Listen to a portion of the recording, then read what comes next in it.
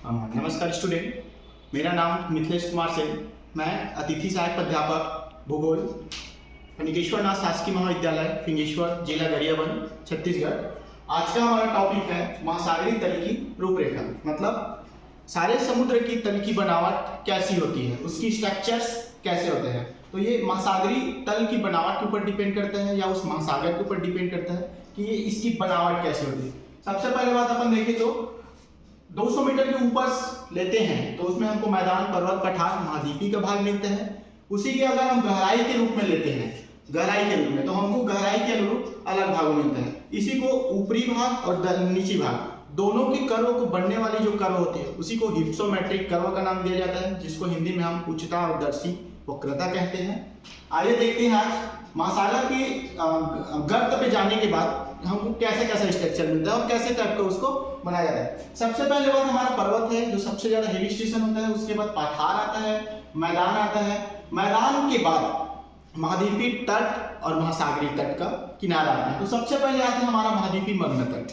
महाद्वीपीय मग्न तट जो होता है अधिकांशतः हमारा मैदानी भागों की जस्ट किनारे वाला भाग होता है, जो कुछ भागों तक 100-200 मीटर तक जल के भाग में डूबा हुआ भी रहता है। नाव की कुछ भागों की तरह यह डूबा हुआ दिखाई देता है। इसकी जो ढलान होती है 1 से 3 डिग्री के बीच में होता है। इसके जस्ट नीचे हमको देखने को मिलता है महाद्वीपीय मग्न ढाल। महाद्वीपीय मग्न ढाल का मतलब होता है, महाद्वीपीय मग्न ढाल कहने का मतलब यह है महाद्वीपीय मग्न तट जैसे ही समाप्त होता है उसके जस्ट सेकेंड बाद महाद्वीपीय मग्न ढाल का आरंभ हो जाता है। महाद्वीपीय मग्न ढाल जो होता है वो हमको 4 से 5 डिग्री के ढाल के अनुरूप मिलेगा, कहीं कहीं हमको ज्यादा भी देखने को मिलता है। ठीक, इसके बाद महाद्वीपीय मग्न तट, महाद्वीपीय मग्न ढाल जो होता है सियाल नामक पदार्थ से बना होता है, क्योंकि यह तैरते हुए रूप में रहता है। इसके जस्ट नीचे आता है महासागरीय मग्न मैदान। यहाँ सोचने वाला बात ये होता है, यहाँ भी मैदान होता है वो महाद्वीपीय होता है, यहाँ जो समुद्र के अंदर होता है वो महासागरीय होता है। कंफ्यूजन हमको यही आता है कि कौन सा महाद्वीपीय और कौन सा मैदानी, महाद्वीपीय और कौन सा महासागरीय। इसमें देखने को ये मिलता है कि ऊपरी वाला जो भाग रहेगा वो मैदान का होता है, मग्न तट के ऊपर का महाद्वीपीय मैदान होता है, महासागर के अंदर का मग्न मैदान होता है। इसकी विशालता यह है कि 100 मीटर 200 मीटर से लेकर कम से कम 20 मीटर 40 मीटर से बढ़ते हुए किलोमीटर तक का भी पाया जाता है। महासागरीय मैदान का मतलब होता है महासागरों के अंदर का मैदान, मतलब ऐसा मैदान जिसमें हमको शैवाल अन्य चीजें उगे हुए दिखाई देते हैं, जिसको बोला जाता है महासागरीय मैदान।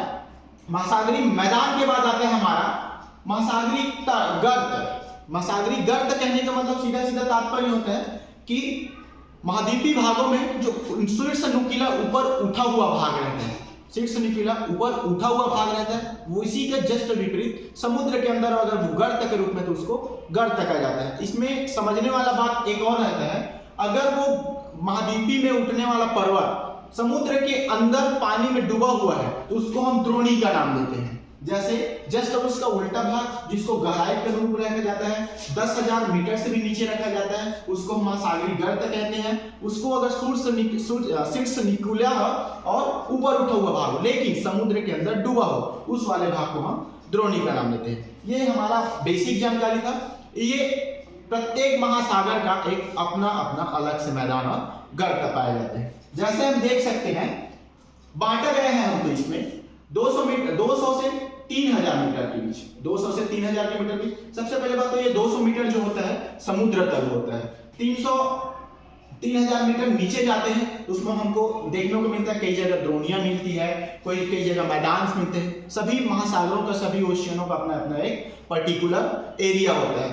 द्रोणी के नाम मिले तो हमारा द्रोणी जो है 10,000 मीटर तक के पाया जाता है। मान लेते हैं हमारा मेरियाना गर्त प्रशांत महासागर में फिलीपींस के पास स्थित मेरियाना गर्त 11,033 मीटर की गहराई पर है, जो हम देख सकते हैं कि ये एक एवरेज गहराई हमने बनाई हुई है।